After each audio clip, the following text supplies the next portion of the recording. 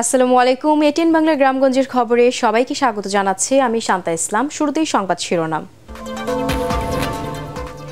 কারো কথায় কান না দিয়ে আত্মবিশ্বাস নিয়ে চলতে শিক্ষার্থীদের প্রতি আহ্বান প্রধানমন্ত্রীর। মাধ্যমিক থেকে স্নাতক পর্যন্ত উপবৃত্তি ও টিউশন ফি কার্যক্রম উদ্বোধন। সুনামগঞ্জে এখনো পানিবন্দী লাখো মানুষ, বেশিরভাগ টিউবওয়েল ডুবে থাকায় জেলা জুড়ে বিশুদ্ধ খাবার পানির সংকট, ছড়িয়ে পড়ছে পানিবাহিত নানা রোগ। 60 লাখ টাকা বিল বকেয়া থাকায় চট্টগ্রাম মেডিকেল কলেজের বিদ্যুৎ সংযোগ বিচ্ছিন্ন, মানবিক কারণে কাটা হয়নি হাসপাতালের সংযোগ। শুনছিলেন সংবাদ শিরোনাম, এবারে জানিয়ে দেব বিস্তারিত সংবাদ।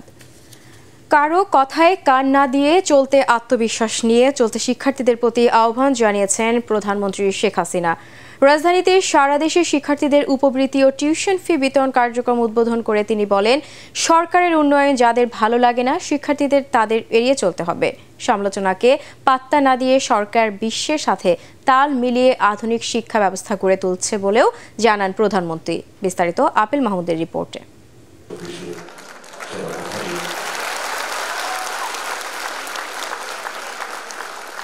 মাধ্যমিক থেকে স্নাতক পর্যন্ত দেশের অসচ্ছল মেধাবী শিক্ষার্থীদের আর্থিক সহায়তা দিয়ে আসছে প্রধানমন্ত্রীর শিক্ষা সহায়তা ট্রাস্ট। এরই ধারাবাহিকতায় এবছর রাজধানীর ওসমানী স্মৃতি মিলনায়তনে মোবাইল ব্যাংকিংয়ের মাধ্যমে সারা দেশে প্রায় 63 লাখ শিক্ষার্থীকে এককালীন উপবৃত্তি ও টিউশন ফি প্রদান কার্যক্রমের উদ্বোধন করেন প্রধানমন্ত্রী শেখ হাসিনা। শিক্ষা খাতে নেয়া সরকারের নানা পদক্ষেপ তুলে ধরে প্রধানমন্ত্রী বলেন, বর্তমানে বিদ্যালয়ের শিক্ষার্থীদের ঝরে পড়ার হার অনেকটা কমে গেছে। তাদের সহযোগিতায় সরকারের শিক্ষা ট্রাস্ট ফান্ডে বিত্তবানদের অবদান রাখার আহ্বান জানান তিনি। এই বাংলাদেশ নিয়ে আর দুশ্চিন্তার আমার কিছু নেই, কারণ এখন আমাদের এই ছোট্ট সোনামণিরাই নিয়ে যাবে এই বাংলাদেশকে স্মার্ট বাংলাদেশ গড়ে ভবিষ্যতে পরিচালনাও তারা করবে। এবং যে শিল্প খাতে যে পরিবর্তনটা এসে যাচ্ছে, চতুর্থ শিল্প বিপ্লব, তার উপযুক্ত দক্ষ কারিগর অর্থাৎ স্মার্ট সিটিজেন হিসেবে গড়ে উঠবে আমাদের এই আজকের ছেলেমেয়েরা, এটাই আমি বিশ্বাস করি। কিছু লোকের তো বেশ টাকা পয়সা হয়ে গেছে, তাই বিত্তবানরা যদি এই ট্রাস্ট ফান্ডে অনুদান দেয়, অনেকে দিয়েছে এর মধ্যে, কিন্তু আরও যদি দেয় তাহলে আমি মনে করি যে আরও বেশি আমরা ব্যবহার করতে পারবো এই ফান্ডটা। শিক্ষার্থীরা যাতে আনন্দদায়ক পরিবেশে জ্ঞান অর্জন করতে পারে সে বিষয়ে সরকারের পরিকল্পনার কথাও তুলে ধরেন সরকার প্রধান। এখন যদি সারাক্ষণকে বলে পর পর পর, এটা কি ভালো লাগে বলো? মোটেই ভালো লাগে না। যা একটু পর ইচ্ছা থাকে তাও নষ্ট হয়ে যায়, এটা কিন্তু বাস্তব কথা। সেই জন্যই মানে এমনভাবে শিক্ষার ব্যবস্থাটা করা যে আগ্রহ নিয়েই ছেলেমেয়েরা পড়বে, পরপর করতে হবে না বা ধরে পিটাতেও হবে না। আমরা আবার বাঙালি পড়াচর্চায় খুব পছন্দ করি, তো যে যা মনে করে লিখে দেয়, কিন্তু সেটা আমি এইমাত্র আমাদের শিক্ষা বলছি এটা লিখলো ওটা লিখলো, আমরা ওটা লিখলো এটা লিখলে শুনবা না তো। নিজের মনের আত্মবিশ্বাস থাকতে হবে। আর দেশের দায়িত্ব যখন নেবে, দেশের জন্য কোনটা ভালো সেটা নিজের চিন্তা থেকে আসতে হবে। আর কেউ একটু সমালোচনা করলেই অমনি সেটার জন্য ভীত হয়ে যেতে হবে, আমি এটা বিশ্বাস করি না। অনুষ্ঠানে বঙ্গবন্ধু সৃজনশীল মেধা অন্বেষণ প্রতিযোগিতায় 15 জন বিজয়ীকে 2 লাখ টাকার চেক তুলে দেন প্রধানমন্ত্রী শেখ হাসিনা। এছাড়াও স্নাতক পর্যায়ে 21 জন মেধাবী শিক্ষার্থীকে দেয়া হয় বঙ্গবন্ধু শেখ মুজিব স্কলার অ্যাওয়ার্ড ও 3 লাখ টাকার চেক। আপেল মাহমুদ, এটিএন বাংলা, ঢাকা।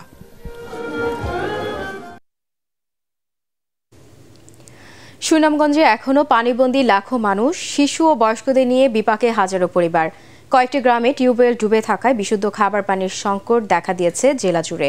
পানিবাহিত নানা রোগে আক্রান্ত হচ্ছেন অনেকেই। সুনামগঞ্জ থেকে আরও জানাচ্ছেন মনির হোসেন তপু, ক্যামেরায় ছিলেন এমদাদুল্লাহ হক। কদিন আগেই যার সাজানো সংসার ছিল, এখন সে গৃহহীন। পানির স্রোতে ভিটার মাটি সরে ঘর পড়ে গেছে, টিনের চাল দুমড়ে মুচড়ে পুরোপুরি নষ্ট। গোলা ভরা ধান ভেসে গেছে, পুরো পরিবার নিয়ে পথে বসেছেন হাজার হাজার বানবাসী মানুষ। সুনামগঞ্জের 5টি হাওরে পানি নেমে বাড়িঘর জেগে উঠলেও জীবন তলিয়ে গেছে অভাবের তোরে। কাদার মধ্যে অনেকটা অসহায় জীবনযাপন করতে হচ্ছে তাদের। এখন সবচেয়ে কষ্ট খাবারের। গবাদি পশুর খাবার সংগ্রহ করাও সম্ভব হচ্ছে না। বন্যায় গড়ে দ্বারে পানি, এরপরে খানি বনির সবই অসুবিধা, লতা ফাতা এটা আমরা তুললা খাইরাম।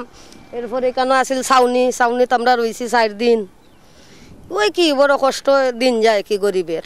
টাকা পয়সা নাই, আমরা খাইতে পারি না, আমরা খিতা কর্ম ওদের মানে মেম্বার উম্বার আছে, এটা সরকার যা কিছু কিছু বাচ্চা দিয়ে আমরা মানুষের, আমরা তো সরকার যাই না, এই ফ্যামিলি আমরা সরকার যাই না, আমরা কিছু পাইও না। এই অবস্থায় মরার উপর খাড়ার ঘায়ের মতো চেপে বসেছে বিভিন্ন এনজিওর ঋণের কিস্তির টাকা পরিশোধের চাপ। প্রতি বছর সুদ্ধা হইরা আনি, আওলা থইরা আনি, ঋণ হইরা আনি, আইনা ও ঋণের ঋণ থাকে। তো অনেক বাক করতাম, বাক কইরা আর আবার ভাঙ্গা যাইব, তার আবার আনতাম হইব। সরকার থেকে কোনো টাকা পাইছি না, কোনো গরু না, টিনো না, টাকা পয়সা আমি কোনটাই পাই না। সরকারের সহায়তার প্রতীক্ষায় দিন কাটাচ্ছেন বানবাসী মানুষ। হাওরবাসীকে সংগ্রাম করেই বাঁচতে হবে। পর্যাপ্ত টাকা পয়সা না থাকার কারণে অন্যত্র যেতে পারছেন না তারা, তাই পানির মধ্যে এভাবেই বন্দি জীবনযাপন করতে হচ্ছে তাদের। বন্যার বারবার আঘাতে ঋণ কিস্তি তুলে তাদের বেহাল অবস্থা। মনির হোসেন তপু, এটিএন বাংলা, সুনামগঞ্জ। রংপুরে তিস্তার পানি কমার সাথে সাথেই শুরু হয়েছে নদী ভাঙন। কয়েকদিনের টানা বৃষ্টি ও উজান থেকে নেমে আসা ঢলে নদীর পানি এক পর্যায়ে রংপুরের কাউনিয়া পয়েন্টে বিপদসীমার 55 সেন্টিমিটার ওপর দিয়ে প্রবাহিত হয়। রোববার সন্ধ্যায় তা কমে বিপদসীমার 35 সেন্টিমিটার নিচে ছিল। তবে পানি কমলেও নতুন করে কাউনিয়া, গঙ্গাচড়া ও পীরগাছায় তিস্তা নদীর তীরবর্তী এলাকা ও বসত ভিটায় ভাঙন শুরু হওয়ায় দুশ্চিন্তায় রয়েছেন তিস্তা পাড়ের লোকজন। ভাঙন রোধে নিজ খরচে কেউ কেউ বালুর বস্তা ফেলছেন, আবার অনেকে অন্যত্র সরিয়ে নিচ্ছেন তাদের বাড়িঘর। সরকারকে তিস্তা মহাপরিকল্পনা বাস্তবায়ন সহ নদী রক্ষা বাঁধ নির্মাণের দাবি জানিয়েছেন অসহায় ভুক্তভোগীরা। একাদশ শ্রেণীতে অনলাইনে ভর্তিতে প্রথম ধাপের ফল প্রকাশ করা হয়েছে।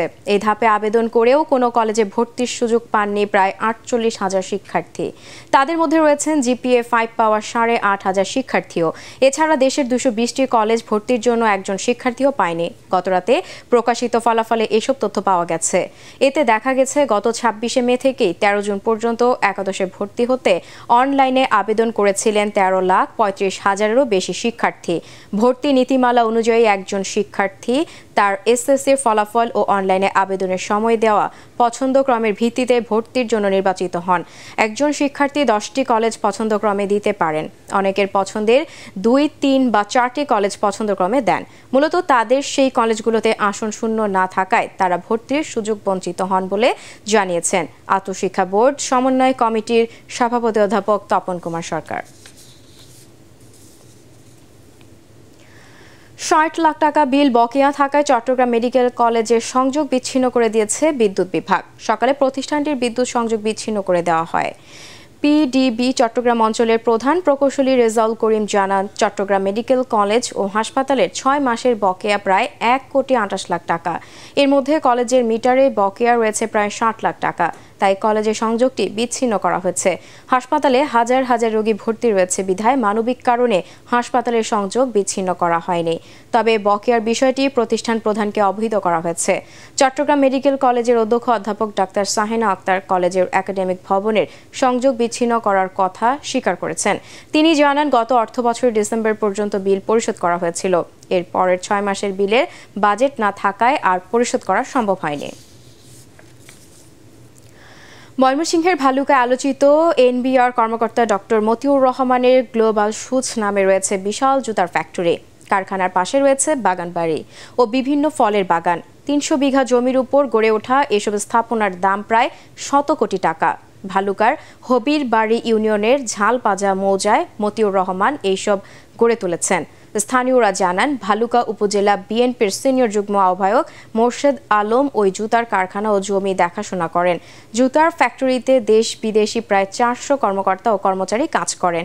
এ ফ্যাক্টরিতে উৎপাদিত জুতা বিশ্বের বিভিন্ন দেশে রপ্তানি করা হয় বলেও জানিয়েছেন সেখানকার দায়িত্বশীলরা।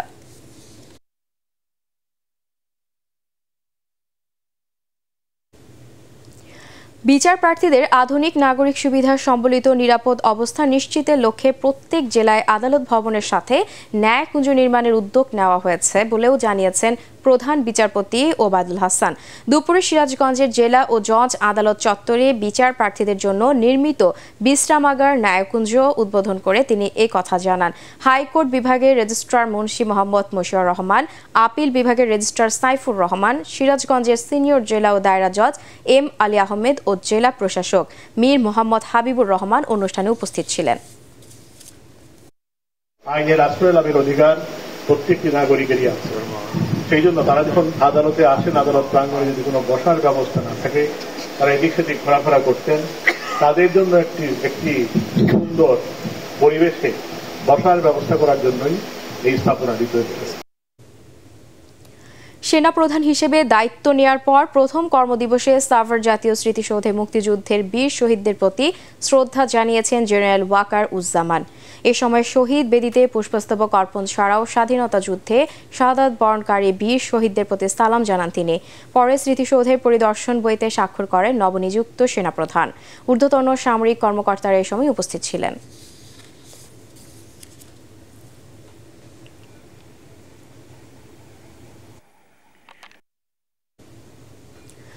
নড়াইলে আওয়ামী লীগের ৭৫তম প্রতিষ্ঠা বার্ষিকী উপলক্ষে সুলতান মঞ্চ চত্বরে আলোচনা সভা, কেক কাটা, আনন্দ মিছিল ও সাংস্কৃতিক অনুষ্ঠানের আয়োজন করা হয়।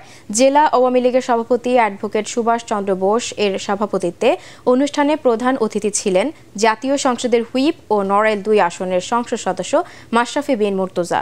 অন্যান্যের মধ্যে বক্তব্য রাখেন জেলা আওয়ামী লীগের সাধারণ সম্পাদক নিজামুদ্দিন খান নীলু, নড়াইল পৌরসভার মেয়র আঞ্জুমান আরা ও জেলা যুবলীগের সভাপতি অ্যাডভোকেট গাউসুল আজম মাসুম।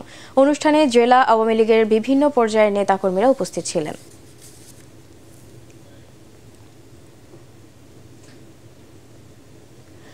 আওয়ামী লীগের ৭৫তম প্রতিষ্ঠা বার্ষিকী উপলক্ষে ব্রাহ্মণবাড়িয়ায় ২৫ জন প্রবীণ নেতাকে আজীবন সম্মাননা দেওয়া হয়েছে। এ উপলক্ষে জেলা আওয়ামী লীগ রোববার বিকেলে শহরের বঙ্গবন্ধু স্কয়ারে বর্ণাঢ্য অনুষ্ঠানের আয়োজন করে। এতে প্রধান অতিথি ছিলেন গৃহায়ন ও গণপূর্ত মন্ত্রী এবং ব্রাহ্মণবাড়িয়া জেলা আওয়ামী লীগের সভাপতি যুদ্ধাহত বীর মুক্তিযোদ্ধা র.আ.ম. উবায়দুল মুক্তাদির চৌধুরী, জেলা আওয়ামী লীগের সিনিয়র সহসভাপতি হেলাল উদ্দিন, ভারপ্রাপ্ত সাধারণ সম্পাদক মাহবুবুল বারী চৌধুরী মন্টু ও সম্মাননাপ্রাপ্ত সদর উপজেলা আওয়ামী লীগ সভাপতি বীর মুক্তিযোদ্ধা আবুল কালাম ভুইয়া সহ অন্যান্য নেতারা অনুষ্ঠানে বক্তব্য রাখেন।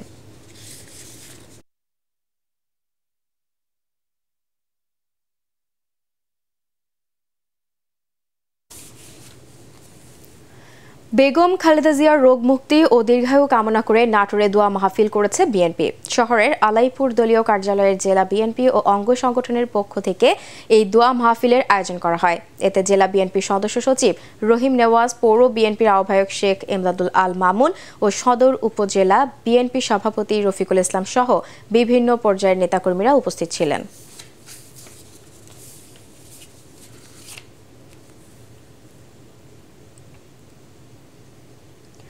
২৬ জুন বরিশালের গৌরনদী পৌরসভার মেয়র পদে উপনির্বাচন অনুষ্ঠিত হবে। ইতিমধ্যেই সকল প্রস্তুতি সম্পন্ন করেছে প্রশাসন।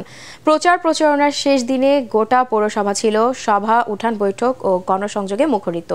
নির্বাচনে মেয়র পদে ৪ জন অংশ নিলেও মাঠে সরব রয়েছেন গৌরনদী উপজেলা আওয়ামী লীগের সভাপতি জয়নাল আবেদিন ও আওয়ামী লীগ নেতা আলাউদ্দিন ভুঁইয়া। গৌরনদী পৌরসভায় ভোটার ৩৭,২৪৩ জন। এর মধ্যে পুরুষ ১৮,৮৫৮ ও মহিলা ১৮,৩৮৫ জন। গৌরনদী পৌরসভার মেয়র হারিসুর রহমান হারিস পদত্যাগ করে উপজেলা চেয়ারম্যান পদে নির্বাচন করায় পদটি শূন্য হয়। জামালপুরের সরিষাবাড়ির তারাকান্দিতে যমুনা সার কারখানার গ্যাস সংযোগের দাবিতে মানববন্ধন, বিক্ষোভ মিছিল ও প্রতিবাদ সমাবেশ অনুষ্ঠিত হয়েছে। সকালে কারখানার শ্রমিক কর্মচারী ইউনিয়ন এ কর্মসূচি পালন করে। কর্মসূচি চলাকালে কারখানার প্রধান ফটক ১ ঘণ্টা অবরোধ করে রাখেন বিক্ষুব্ধ শ্রমিক কর্মচারীরা। পরে সমাবেশে বক্তব্য রাখেন সরিষাবাড়ি উপজেলা পরিষদের নবনির্বাচিত চেয়ারম্যান রফিকুল ইসলাম, যমুনা সার কারখানা শ্রমিক কর্মচারী ইউনিয়নের সভাপতি রবিউল ইসলাম ও সাধারণ সম্পাদক শাহজাহান আলী। সমাবেশে বক্তারা বলেন, দীর্ঘ ৬ মাস যাবৎ কারখানার উৎপাদন বন্ধ থাকায় মূল্যবান যন্ত্রাংশ নষ্টের আশঙ্কা দেখা দিয়েছে। দ্রুত গ্যাস সংযোগ দেওয়া না হলে বৃহত্তর আন্দোলনের হুঁশিয়ার দেন বক্তারা। পটুয়াখালীর কলাপাড়ায় এক কৃষকের জালে ধরা পড়েছে একটি রাসেলস ভাইপার সাপ। এটির দৈর্ঘ্য প্রায় 5 ফুট। সকালে উপজেলার ধুলাসার ইউনিয়নের বোলতলি গ্রামের নূর হাওলাদারের বাড়ির পুকুরে পাতার জালে সাপটি আটকে যায়। পরে ওই কৃষক সাপটিকে লাঠি দিয়ে আঘাত করে আহত অবস্থায় প্লাস্টিকের বড় কৌটায় জীবিত সংরক্ষণ করেন। এ সময় সাপটিকে এক নজর দেখতে ভিড় জমায় এলাকার উৎসুক জনতা। প্রাথমিক চিকিৎসা শেষে সাপটি বন বিভাগের কাছে হস্তান্তর করা হবে।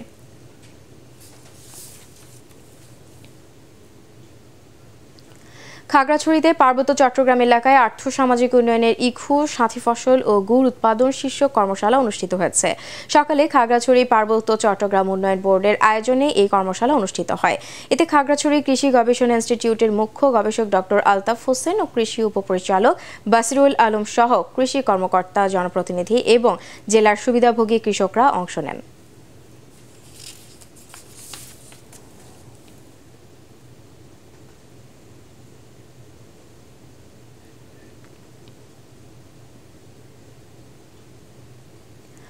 কিশোরগঞ্জে শুরু হয়েছে বঙ্গবন্ধু শেখ মুজিবুর রহমান আন্তঃ কলেজ ফুটবল টুর্নামেন্ট। দুপুরে কিশোরগঞ্জ পুরাতন স্টেডিয়ামে এর উদ্বোধন করেন যুব ও ক্রীড়া মন্ত্রী এবং বিসিবি সভাপতি নাজমুল হাসান পাপন। উদ্বোধনী অনুষ্ঠানে কিশোরগঞ্জ 1 আসনের সংসদ সদস্য ডাক্তার জাকিয়ানুর লিপি, যুব ও ক্রীড়া মন্ত্রণালয়ের সচিব ডক্টর মহিউদ্দিন আহমেদ এবং জেলা আওয়ামী লীগের সাধারণ সম্পাদক বীর মুক্তিযোদ্ধা এম.এ. আফজল সহ অন্যান্যরা উপস্থিত ছিলেন। টুর্নামেন্টে জেলার 21টি কলেজ দল অংশ নিচ্ছে।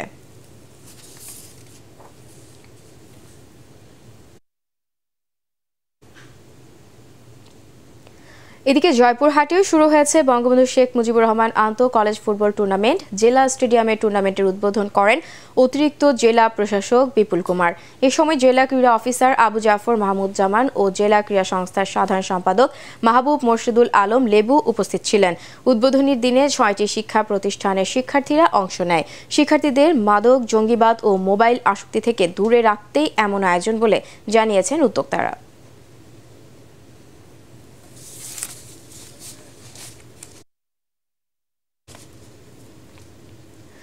পরবর্তী সংবাদ দেখার আমন্ত্রণ জানিয়ে এখনকার মতো শেষ করছি। গ্রামগঞ্জের খবর এটিএন বাংলা সংবাদ ইউটিউবে দেখতে ব্রাউজ করুন youtube/ATN বাংলা নিউজ। ধন্যবাদ।